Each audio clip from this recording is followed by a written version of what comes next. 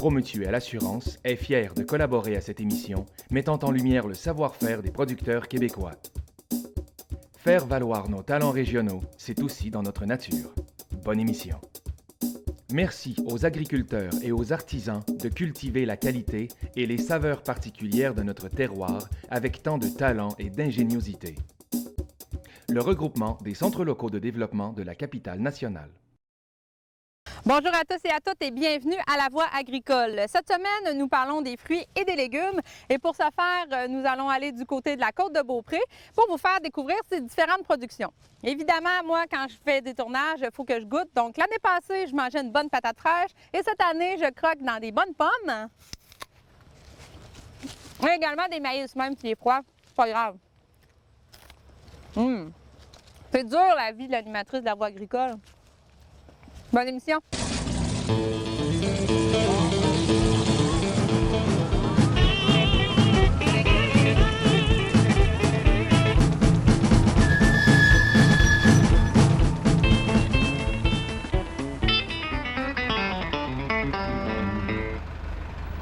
L'horticulture, c'est vraiment une pratique qui nous a fait sortir de l'âge de pierre, si on peut dire, parce que c'est quelque chose qui va, en quelque sorte, donner le coup d'envoi au néolithique.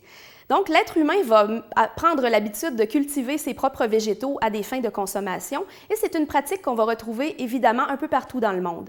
Ici, on a les populations autochtones qui vont avoir de grands horticulteurs. Entre autres, chez les Iroquoiens, chez les Hurons notamment, on va pratiquer certaines cultures, notamment celles qu'on appelle des trois sœurs. Donc, on parle des courges, du maïs et également du haricot. Quand les colons français arrivent ici, évidemment, ils ne font pas table rase de ces cultures-là, mais ils vont quand même avoir à cœur d'amener ici des cultures avec lesquelles ils sont familiers en Europe. Alors évidemment, le blé, qui est un peu la céréale qui supplante tout en Europe à ce moment-là pour faire le pain, mais aussi des légumes et des fruits qui font partie du garde-manger quotidien du français de l'époque.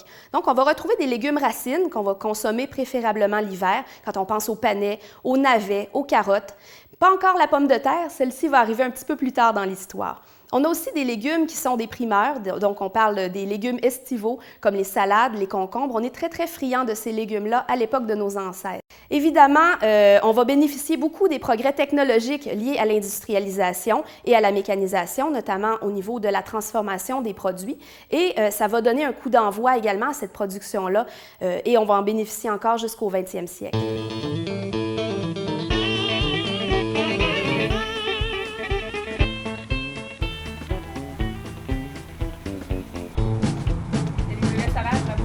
Elle appartenait à mon grand-père au début. Il a acheté en 1906, 1907, je crois, là, au coût de 5 000 $. Au 2,96, 2,98. Puis à son décès, il a donné la moitié à mon père, la moitié à un de mes oncles. Puis quand mon oncle est décédé en 63, je crois, il a donné sa part à mon père. Puis mon père, c'était un peu l'agriculture représentative de la région, quelques vaches, un peu de légumes, pas juste pour dire que... Une agriculture de subsistance. Ça a été difficile. Je me rappelle des épisodes chez mes parents, là. C'était pas facile. On était à 12. Mon père, c'était un homme qui était malade jeune, donc ça a été difficile. Et puis quand il est décédé, bien, il a donné la terre à ma mère. Puis c'est là que j'ai commencé, moi, à cultiver. J'avais à peu près une vingtaine d'années. 20-21 ans, là. Il n'y avait rien pour m'arrêter, en fin de compte.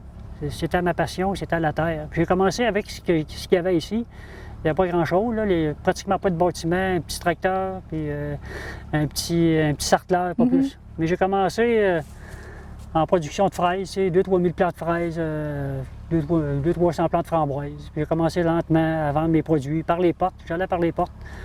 Et puis d'année en année, j'ai augmenté mes productions. Puis en 81, j'ai été au marché à Québec vendre mes produits. Etc. J'ai augmenté. Par après, j'ai construit un kiosque ici à Château-Richer, un petit kiosque. Puis depuis 8 ans, je l'ai agrandi. Vous n'avez pas eu le choix? Oui. Puis j'ai fait des rajouts de production. En 1979, j'ai commencé à implanter un verger. Puis des prunes, quelques poiriers. En 2000, j'ai implanté une érablière tranquillement. Puis en même temps, je fais beaucoup de transformation de mes produits. On a une cuisine. Puis on se sert de nos productions de trop, comme là, on a des congélateurs qui sont pleins déjà de fraises, de framboises, de bleuets, puis on cuisine. C'est un peu l'image de mon entreprise actuellement.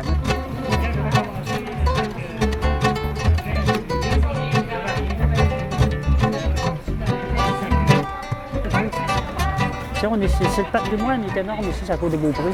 C'est une région qui a un gros potentiel agricole, parce qu'il y a du monde, puis en même temps, c'est un endroit tellement beau. Tu as le fleuve Saint-Laurent, tu as des terres, tu as des montagnes. La Côte-de-Beaupré, moi je dis que c'est le jardin de l'avenir. Il faut y croire. Parce que, comme je dis souvent, ça prend juste une raison, juste une raison pour faire quelque chose. Mais il y en a des dizaines pour ne pas le faire. Puis la Côte-de-Beaupré, c'est pareil. Tu y crois, ta région, tu vas réussir. Moi, c'est pas question d'aller ailleurs. Si c'était ici, puis j'étais certain que j'allais réussir sa côte. Mais il faut que je travaille mon sol, faire du drainage, puis ça ne vient pas tout seul. Puis est-ce que ça vous fait peur, justement, c'est un avantage peut-être d'être proche de la Ville de Québec, mais est-ce que ça vous fait peur un peu l'étalement urbain? Il y a des fois, on veut acheter des terres pour faire des condos, des immeubles. Est-ce que ça, c'est peut-être un peu... Oui, c'est officiel qu'on est dans une région qui demande à réfléchir beaucoup, les agriculteurs, quand on voit un peu ce qui se passe autour. Mais ils ne peuvent pas empêcher un individu de faire ce qu'il veut. Les terres sont abandonnées. S'il y avait quelqu'un, un jeune, qui voudrait faire l'agriculture, personne ne peut l'arrêter. Mais tu as des contraintes. Peut-être des contraintes, mais il faut que tu essaies de vivre avec. Mais c'est officiel que la Côte-de-Beaupré, comme je dis, c'est un beau jardin.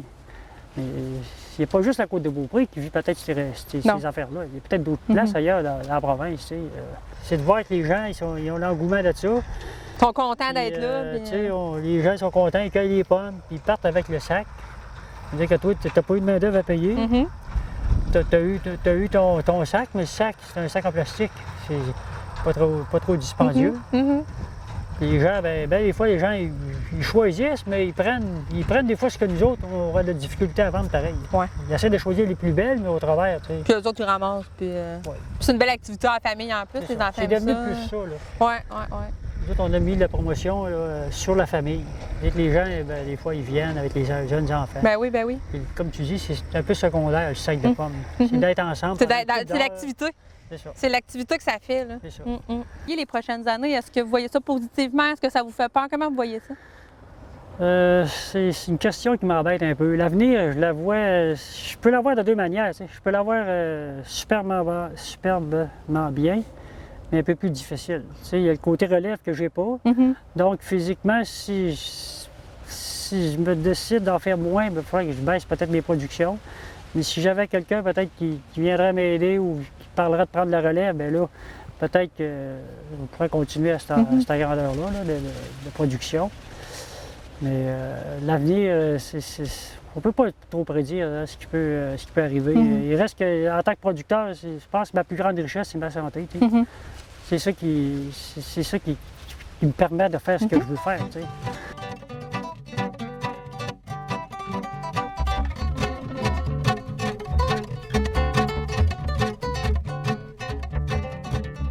Comme je disais tantôt, moi, je fais partie de 2 clubs de production, un dans les pommes puis un dans les fruits et légumes. C'est des agronomes, ils viennent 2 fois par semaine.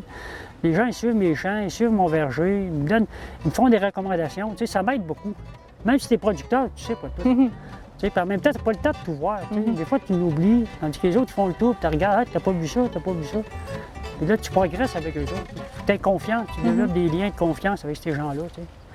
C'est de même que tu peux progresser, puis c'est de même que tu avances. Nos premiers semis, là, les poireaux, ça se fait fin février. Les oignons, les tomates de serre, au début de mars, ça l'est la préparation, ça. Nous, on fait ça dans le sous-sol de la maison. Puis j'ai une chambre de semis. Ça reste 10 jours dans la chambre de semis. Après ça, on met ça dans une serre, puis les plants poussent. En même temps, il faut que tu sois capable aussi de faire ton plan sur la ferme aussi. Quelle production va aller à tel champ, etc., etc. Faire une rotation. La rotation des cultures. C'est important. Tu ne fais pas toujours les fraises à la même place. Tu ne fais pas le maïs toujours à la même place. Faire une rotation, puis en même temps, il faut que tu prévois sur des aspects pour faire de l'engrais vert, pour permettre à ton sol de se régénérer, puis se redonner de la matière organique, puis de l'énergie. Je suis convaincu, moi, j'ai des sections de ma ferme, là, que le sol est en meilleure qualité qu'il y a 30 ans, parce que je l'ai travaillé comme il faut. J'ai semé un petit peu tard. Réfléchissons peut-être ça, les semences. C'est quand vous avez semé ça? Ça a été semé fin mai.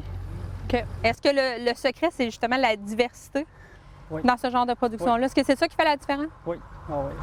Surtout, moi, je vends direct au consommateur, à mon kiosque. Si je veux un kiosque vivant, puis qui représente, qui est capable de fournir les besoins de la clientèle, il faut que tu aies une belle diversité, autant en fruits qu'en légumes. Au marché à Québec, c'est pareil. Moi, j'ai toujours été diversifié, spécialisé un petit peu dans quelques-unes, mais pas trop, pour avoir la chance de faire d'autres choses. Parce que les gens, ils arrivent, mettons, au kiosque, puis ils te demandent as-tu des patates? Non, il n'y a pas de patates. J'ai bien des fraises. Ah, pas de patates? Non, c'est pas grave, on n'achètera pas. Mais à un moment donné, les gens, ah, lui, il y a juste ça, il y a juste ça. Tandis que quand tu es assez diversifié, tu es capable de remplir un panier. On en fait des Ils peuvent acheter tout en même place. Ben, ils peuvent acheter des oignons, ils peuvent acheter des carottes, ils peuvent acheter des bêtes, ils peuvent acheter des concombres, ils peuvent acheter une salade, un oignon. Ça veut dire qu'ils peuvent manger le soir des produits frais de la journée. Là. Ils font un repas avec ça. Là. C'est ça qui est intéressant pour ma ferme. Des fois, je le fais, là, mettons une petite quantité. Oui, une petite parcelle. Mais il reste que faut que tu sois certain. Là, quand tu plantes, quand tu investis, mettons, pour un champ de main, là, ça a été planté à la main un par un, ça a été semé un par un. Il y a beaucoup de temps dans ça. Là. Ça veut dire qu'il y a beaucoup d'argent d'investi. Il ne faut pas manquer son coup non plus. À un moment donné, à l'autre bout, il faut que tu vendes. Il faut que tu vendes. Puis si tu as semé une mauvaise sorte, qui, je sais pas, mais qui a un problème majeur, puis tu n'es pas capable de le vendre, mais là, tu as des grosses pertes. Même en agriculture, le côté financier est extrêmement important. Vous n'avez pas beaucoup de marge de manœuvre. Non. Ah non. Plus ça va, plus c'est difficile. Nos marges de manœuvre de profit, diminuent, qui diminuent tout le temps. C'est un peu délicat. Il ne faut pas faire le fou là-dedans. Là. Non, il n'y a pas de folie à faire. Non. C'est bon. C'est important, oui, pour vous, ça, de vous impliquer, de faire du réseautage avec soit les citoyens, les autres producteurs. Qu'est-ce qu'on en retient de ça? Bien, ça te permet de rencontrer d'autres gens dans d'autres métiers qui ont eux aussi leurs problèmes. Puis en même temps, surtout quand je rencontre d'autres producteurs, comme à l'UPA, je fais partie du conseil d'administration, à Québec, au marché. J'aime ça ces minutes-là là, avec d'autres producteurs. C'est là que tu te sens un peu réconforté. Tu sais. Parce que veux pas, ici sur ma ferme, là, les contacts avec d'autres agriculteurs, si je ne sors pas de chez nous, je n'ai pas beaucoup. Ça veut dire qu'il faut que tu sortes de ton quotidien, puis il faut que tu t'impliques un peu. Moi, je me suis impliqué beaucoup dans le monde agricole, puis je sors grandi de ça, je pense. Tu sais. Même si ça demande beaucoup. Là. Mais je pense que c'est. En même temps, mais les gens, ils connaissent. Tu sais, je pense que c'est sur les deux bords. Tu sais, c'est intéressant. Et là, vous, comment vous voyez ça, justement? Est-ce que vous désireriez, est-ce que vous souhaiteriez avoir de la relève? Oui. Depuis quelques années, je pense beaucoup à ça. Avant, ça ne m'interpellait pas. Mais depuis un an ou deux, là, je pense que ça serait important. Je me demande des fois, je dis, tu peux pas tout avoir dans la vie. Hein? Moi, en tout cas, j'ai fait ma vie seule. Puis la relève, j'en ai pas actuellement. Mais je pense que si je rencontrerais quelqu'un, des jeunes qui seraient intéressés, des gens sérieux, là, pas des gens qui font juste parler puis qui vont dire... Qui ont la même passion que vous. La même passion, qui sont prêts à faire des efforts, pourraient collaborer, puis un jour faire des transferts peut-être, si c'est possible. Mais plus que ça va, plus les entreprises, ils valent de l'argent. C'est ça un peu, là. Moi, je suis pas prêt, là, à me débarrasser de toutes mes affaires, là. C'est une vie, c'est plus de quasiment 35 ans de travail, là, puis d'investissement, de drainage, de la machinerie, les bâtiments, ça vaut de l'argent. Ça prend des gens solides aussi, là. Bien, merci beaucoup, M. Cochon. Bienvenue. Merci.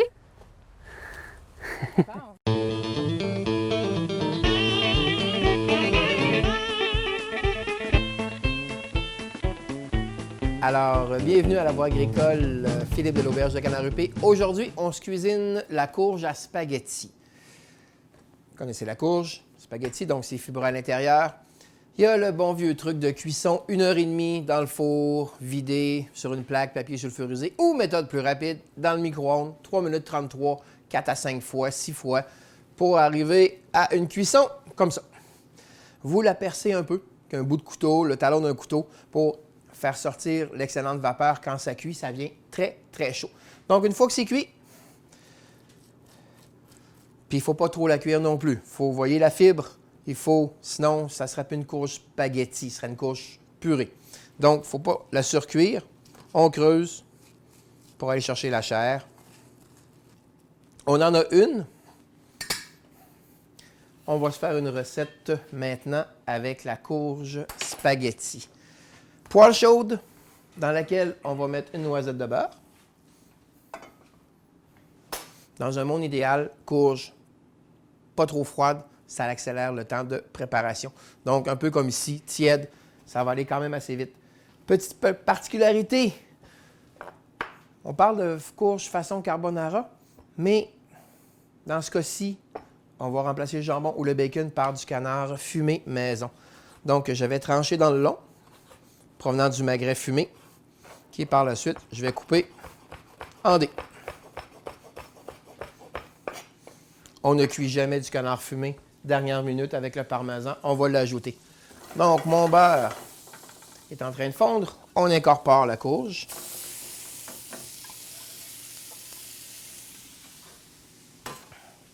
Poivre mignonnette.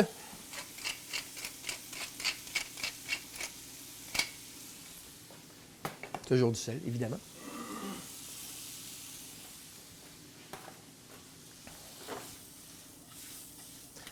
On fait revenir. Ça va très, très vite. On va se préparer notre assiette.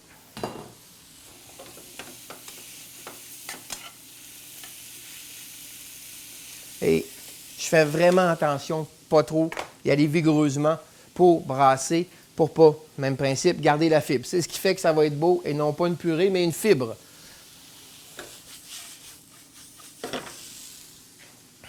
On va préparer notre coco et le parmesan. À la dernière minute, quand ça va être chaud, on ferme le feu, je casse l'œuf, je mets le parmesan, le canard fumé, on sert, c'est tout. Le canard fumé, on ferme le feu, on se rajoute un coco, un peu de parmesan, on mélange le tout.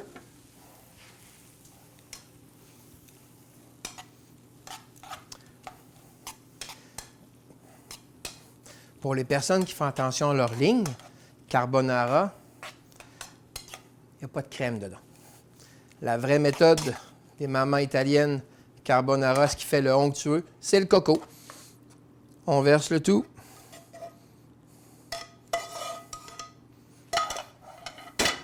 On va se rajouter du parmesan. Roquette, que j'aime bien.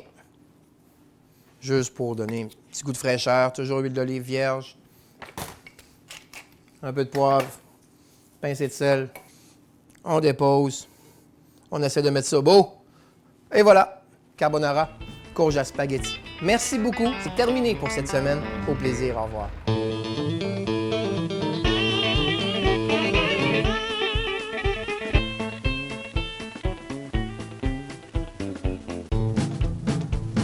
Quand j'ai fait l'acquisition de Vertigo, on avait 4 serres. Là, on a agrandi de 2 nouvelles serres depuis, on était en opération depuis décembre dernier. On produisait seulement de la micropousse au moment où j'ai fait l'acquisition. Maintenant, comme on voyait tantôt, là, on fait du géranium aussi. Pour les pétales. Exactement, pour faire mes mélanges. Et là, Cynthia, toi, parle-nous un peu de ton parcours parce que tu viens pas du milieu agricole du tout, là. Pas du tout. Parle-nous un petit peu. En fait, moi, j'ai fait mes études en graphisme, en multimédia. Ensuite, je suis allée à l'université, j'ai fait un certificat en administration. Puis, j'ai fait le cours aussi à l'école d'entrepreneurship de Beauce. Je faisais partie de la première cohorte. J'ai fait le 2 ans là-bas.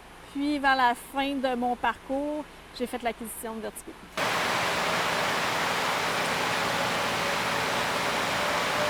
Je dirais que je suis tombée en amour avec le produit.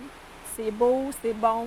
Là, je me suis dit, j'ai beaucoup de potentiel avec l'entreprise si je veux la développer, la pousser plus loin. Fait que elle avait quand même un bon bout d'avancement. Fait que j'ai dit go, j'embarque dans l'aventure. Fait qu'on a passé le plaisir du financement là, qui a pris quand même un gros 3 mois avant d'être capable de faire l'acquisition. On entend souvent parler, il n'y a pas de relève en entreprise pour l'agriculture. Mais moi, je suis un peu atypique. Mes parents sont pas en agriculture. Fait que c'est plus difficile de verser ce côté-là parce que ça fait peur aux créanciers que j'avais pas l'expérience en tant que telle. Mais on a passé au travers. Ça a pris un gros 3 mois de travail. Là. Mais tu sais, l'important, un entrepreneur, c'est d'avoir la vision de l'entreprise, où on veut l'amener, puis de savoir la transmettre à nos employés. Fait que en gros, c'est ça ma fonction, développer puis transmettre à mes employés. C'est où je veux mener Vertigo, puis de garder les employés qui embarquent dans ce mode-là. Puis on va aller loin. Là. Puis, est-ce que tu vois la différence du mode de vie peut-être que tu avais avant versus maintenant? Parce qu'on le dit souvent, l'agriculture, c'est un mode de vie. Est-ce que tu le sens, ça, la différence? Bien, c'est sûr qu'en agriculture, il faut qu'on soit capable de supporter un stress très intense. Parce que c'est beau dire, comme je disais, on n'a pas... chez nous, peut-être que c'est pas le cas partout, mais chez nous, on ne sait pas c'est quoi les commandes de cette semaine. Là, j'arrive là, ce matin, là, j'avais 0 commande dans mon pipeline. Fait que j'ai pensé, il y a 2-3 semaines, dépendant des variétés, à dire, bon, il se passe ça à Québec, je pense que selon les tendances, je pense que selon l'année passée, mais je ne sais jamais quand est-ce que le chef a décidé de changer de variété. Fait que j'extrapole mes ventes, je les somme, déjà un bout de fait. Mais si demain matin, pendant 2 semaines de temps, il fait gris comme ils viennent de faire, bien, c'est sûr que ça a un impact direct sur ce que je vais récolter. Fait qu'il faut être capable de subir le contre-coup qu'on n'a pas été capable de desservir notre client à cause de ces facteurs-là. Même si on a mis tous les ingrédients possibles imaginables, il y a une portion qui est peut-être 15 qui ne nous appartient pas, puis il faut vivre avec ça. Et jusqu'à présent, depuis que tu as acquis l'entreprise, de quoi tu es le plus fier en ce moment? Ah, je te dirais de mes employés. Oui? Oui, je suis vraiment fière de ça. Je pense j'ai réussi à transmettre la vision de où ce qu'on va. On a effectué énormément de changements dans l'entreprise, puis tout le monde suit. Ceux qui n'ont pas voulu suivre, bien, ils ont débarqué. Mais je dirais que le cœur de mes employés veulent vraiment qu'on aille loin, puis ils ont tous à cœur l'entreprise. Puis comment tu fais pour concilier? Bon, tu es une entrepreneur assez aguerrie, on le voit, on le sent. Est-ce que tu mixes ta vie de famille, ta vie personnelle, tes loisirs, tes implications? Est-ce que c'est compliqué d'arrimer tous ces secteurs-là de notre vie? Écoute, ma priorité dans la vie, je n'ai pas de cachette, c'est mon travail. Là. Dire que je suis équilibrée, il y en a bien qui essaient de faire à croire. Là, je lis certains livres sur certains entrepreneurs qui font à croire qu'ils sont équilibrés, ils arrivent à être parfaite maman, parfaite épouse, parfaite employeur. Non, c'est pas vrai dans mon cas, je suis désolée. Je fais du maximum de ce que je peux dans toutes les catégories. Mais en partant, j'aime mon travail, puis c'est ma première passion. L'arrosage est parti.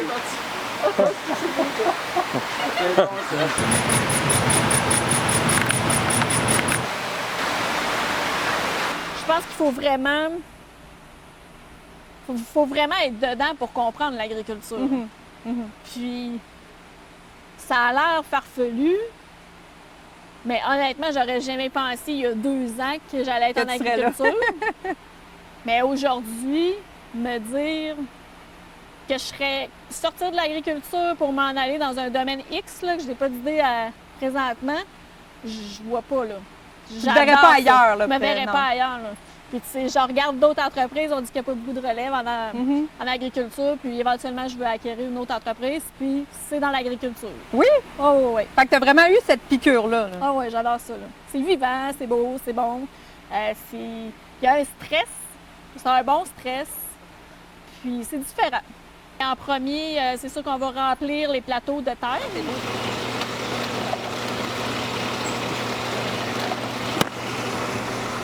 Ensuite, les plateaux vont être empilés, puis ils vont être étendus sur la table.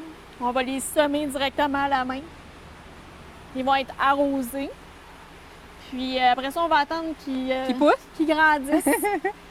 Nous, on fait toute notre récolte à la main. Fait qu'on va arriver, on va tout récolter à la main dans des bacs. Puis on va amener ça à la production où ils vont être emballés. C'est toujours... on coupe toujours le produit le matin même de la livraison. On ne garde jamais de stock en inventaire chez nous. Pourquoi? Parce que ça ne se garderait pas assez... Bien, on essaie d'avoir le maximum de durée de vie. Parce que veut pas, notre produit va partir d'ici à 4 heures de l'après-midi. Le temps qu'il arrive, exemple, à Montréal, mon client le reçoive. Puis qu'après ça, il soit rendu dans les mains du restaurateur, il va avoir quand même 3 jours. Fait que si je décide, moi, d'en stocker ici, bien, c'est là, on va arriver avec une problématique de la qualité du produit va être moins belle. Fait qu'on essaie de récolter toujours à tous les matins. C'est un gros défi d'irrigation, autant si Si c'est parfait, notre croissance va être super bonne, tandis que si il y a des erreurs, bien, ça peut sécher, OK. puis on va récolter moins. Fait que c'est quelque chose qu'il faut vraiment regarder. Puis entre autres, on est les 7 jours sur 7, il y a quelqu'un qui vient pour regarder. Puis la seule journée où on n'est pas en production, c'est le samedi. OK. Fait que le samedi, il y a quand même quelqu'un qui passe, même si on a des gicleurs, Pour s'assurer que c'est fait. que c'est fait, puis que c'est fait uniformément. Oui. Parce qu'il y a des choses des équipements plus sophistiqués qu'on pourrait acheter éventuellement, qui vont être plus uniformes. C'est pas parfait encore, mais ça prend quelqu'un pour venir faire une petite tournée puis arroser les coins s'ils n'ont pas été arrosés, ce qui nous permet d'avoir un meilleur rendement, donc plus de pousses par plateau. Mais là, présentement, nous, on en a 8 variétés qu'on fait grandir. Nous, on les choisit vraiment en fonction de leur durée de vie qui vont arriver chez le client. Et on pourrait produire beaucoup plus de choses. En fait, c'est simple, entre guillemets, on sème, on regarde ce que le feuillage qui va sortir, le goût du feuillage en fonction de la lumière. Parce que le secret, là, c'est la lumière. Si tu as un produit, exemple, il y a certains producteurs qui en font à la noirceur, mais le produit va être beaucoup plus petit, la feuille va être beaucoup plus petite. C'est pas un produit que chez nous, on veut développer.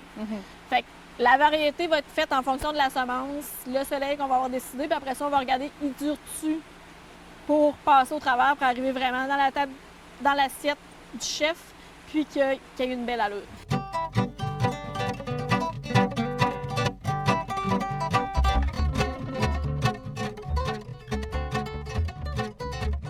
Quel conseil que je pourrais lui donner? Mon Dieu, d'être bien entouré. Oui. Je pense que c'est le plus grand secret. C'est ce qui a fait la différence ici. Oui, c'est la différence, je pense, dans toutes les entreprises. Là. C'est si on n'est pas parfait. Là. En fait, moi, je suis juste un entrepreneur. Juste. Je suis juste un entrepreneur, fait que si t'es pas bien entouré, ça peut pas bien aller. Là. Alors, Cynthia, explique-nous, tu as les micro-pousses d'un côté, tu as des fleurs ici. Qu'est-ce que vous faites exactement avec ça? En fait, ça doit faire à peu près 6 mois qu'on a commencé notre production de géranium. On doit avoir à peu près 300 plants environ. Puis notre production de géranium, elle sert vraiment à faire des mélanges, comme le mélange estival qui est destiné pour le marché de la restauration. On prend 3 sortes de micro-pousses, on les mélange, puis ensuite on vient cueillir pétale par pétale. Là. Tu viens ici, il y a un employé qui part. À la main, une à la fois. Une par une, puis elle va faire le mélange pour la restauration. C'est quelque chose qu'on ne peut pas apporter dans le commerce du détail parce que le délai de durée de vie, là, il serait vraiment trop court, fait que la pétale de fleurs, elle serait plus belle. Fait qu'on le garde vraiment pour le marché de la restauration. Petite dégustation de pétales de fleurs. Ça a un petit goût, là. Ça a-tu un... Ça a un petit goût un peu vinaigré. Ouais. Oh, l'orange est différente. Non, mais... C'est vraiment sérieux? Oui. Ah oui, regarde. Bon, mais j'en apprendrai. Ouais, ben en tout cas, je vais goûter la rouge pour le fun. Elle goûte plus, la orange, hein? Oui, puis elle est meilleure en plus. Bon, ben on fait plus d'orange. C'est réglé. Merci.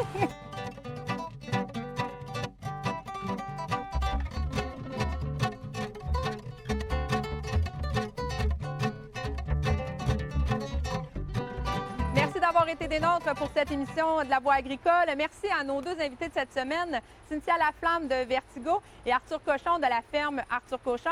Je vous invite évidemment à consommer les produits de ces producteurs-là. Donc, pendant la haute saison, à la ferme Arthur Cochon, vous pouvez vous procurer les produits à la boutique et également au Vieux-Port. Et aussi pour les produits de Vertigo, c'est disponible à l'année. C'est ce qui fait le beau de la chose dans tous les IGA de la province de Québec. Donc, peu importe où vous vous retrouvez, vous pouvez consommer ces produits-là. Donc, je vous souhaite une très belle semaine.